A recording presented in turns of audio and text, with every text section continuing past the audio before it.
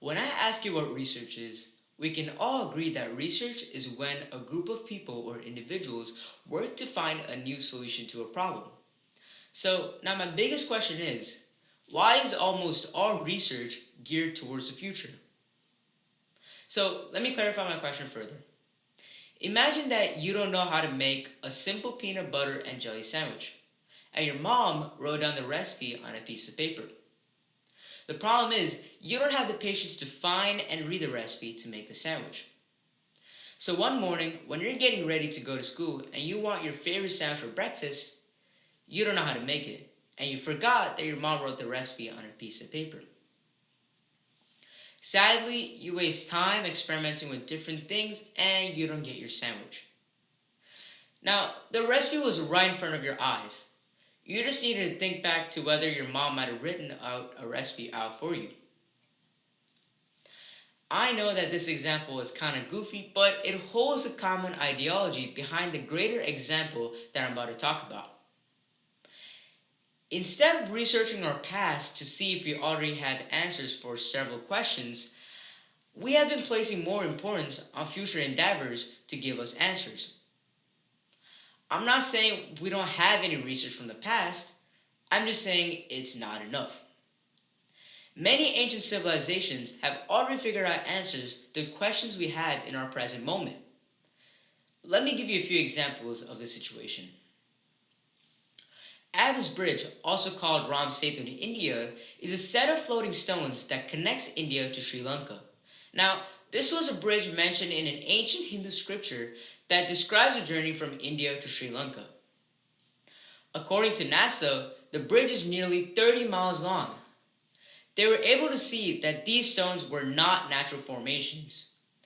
The stones themselves, NASA believes, comes from a place far away from the bridge and are extremely heavy to have been carried by humans. Surprisingly, the ancient Hindu scripture mentions that 8 men had helped with placing these stones across the ocean. These floating stones have lasted for nearly 7,000 years. Imagine how strong and durable the stone must be in order to withstand this duration. I'm sure we've all heard of the stone pumice, which is commonly used in construction and the beauty industry. This stone can float in water, so this shows us that there is a need for stone with floating capabilities in today's society. So why don't we all know about this stone at Ram Setu that is extremely strong, man-made, and highly durable? Scientists claim that they're not able to get enough funding to research more onto Ram Setu, but space and other research programs seems to be getting a lot of funding. Why is this invention from the past not useful for us now? Alright, now let's leave Ram Setu alone now. Let me teach you a mathematical trick, because why not? I'll give you 4 seconds. Go ahead and multiply 72 times 11. The answer is 792. Can't do it that fast? Here's how Vedic math teaches us to multiply any number by 11. Add 7 plus 2, which equals 9, and you put that number between 7 and 2 from the number 72, forming the answer 792. You don't believe me? Try out a few numbers for yourself. Okay, so another trick Vedic math teaches us is squaring numbers. Here's an example.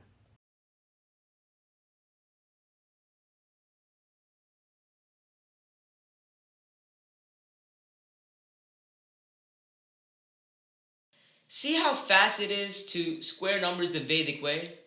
So why are we learning the math the hard way if there are ways to do the same computations faster? Wouldn't our lives be so much more easier when we have to square and multiply big numbers really fast in our exams and test if we knew how to do this? Once again, this was not a recent mathematical innovation. Vedic math has been around for centuries.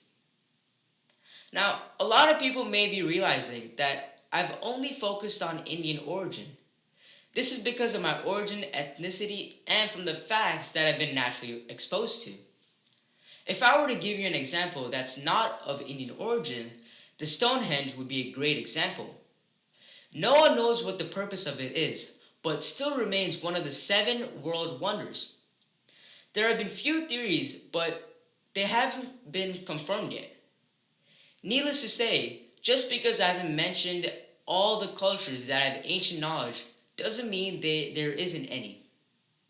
There are many other religions that go beyond proving scientific theories, but still gone undiscovered. The question is, what are we going to do about it?